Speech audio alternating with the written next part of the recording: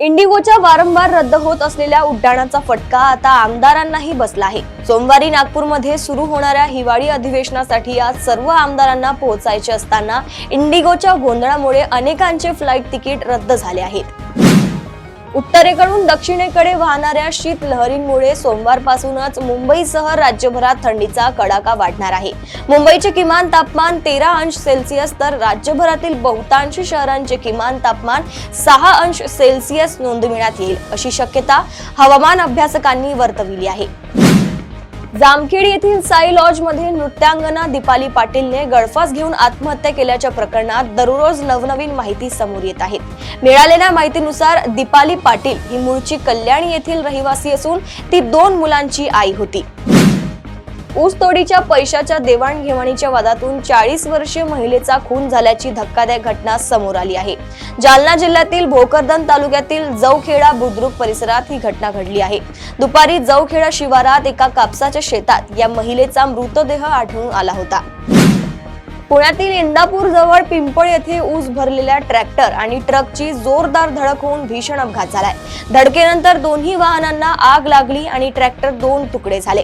यात ट्रॅक्टर चालक जळून ठार झालाय तर ट्रक चालक घटनास्थळावरून फरार झाल्याची माहिती मिळते। कोल्हापूरच्या माजी महापौर सई खराडे यांचा उपमुख्यमंत्री एकनाथ शिंदे यांच्या शिवसेनेत प्रवेश होणार आहे। एकनाथ शिंदे यांच्या हस्ते सई खराडे यांचा ठाणे येथे पक्ष प्रवेश सोहळा होणार आहे।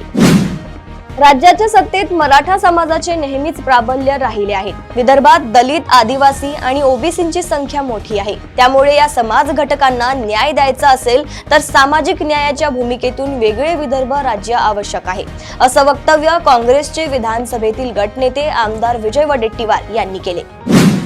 रायगडच्या उरणमध्ये एका महिलेने सोशल मीडियावर मैत्री करून 5 तरुणांना प्रेम जाळ्यात अडकवून फसवल्याचा धक्कादायक प्रकार समोर आलाय।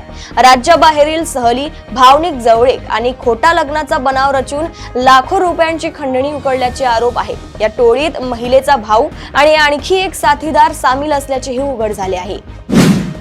विधान परिषदेतील विरोधी पक्षनेते पदासाठी काँग्रेसने भूमिका पुन्हा कठोर केली असून मुख्यमंत्री फडणवीस आणि सभापती राम शिंदे यांना नव्याने प्रस्ताव देण्याचा निर्णय घेतला आहे। पावसाळी अधिवेशनात मांडलेले सतेज पाटील यांचेच नाव पुन्हा प्रस्तावित करण्यात येणार असल्याचे मुख्य प्रतोद अभिजित वंजारी यांनी सांगितले। कांदा निर्यात घटल्यामुळे देशांतर्गत बाजारात दर कोसळले असून पुण्याच्या गुलटेकडी मार्केट यार्डात दररोज 70 ते 80 ट्रक आवक होत आहे। किलोला केवळ 8 ते 14 रुपये भाव मिळत आहे। उत्पादनाच्या सुमारे 25% जादा साठवणुकीमुळे किमतीत मोठी घसरण झाली आहे। प्रदेशातील अशाच टॉप 10 बातम्या मी साक्षी आपल्यापर्यंत पोहोचवत राहील। तोपर्यंत बघत रहा देशोन्नती। नमस्कार।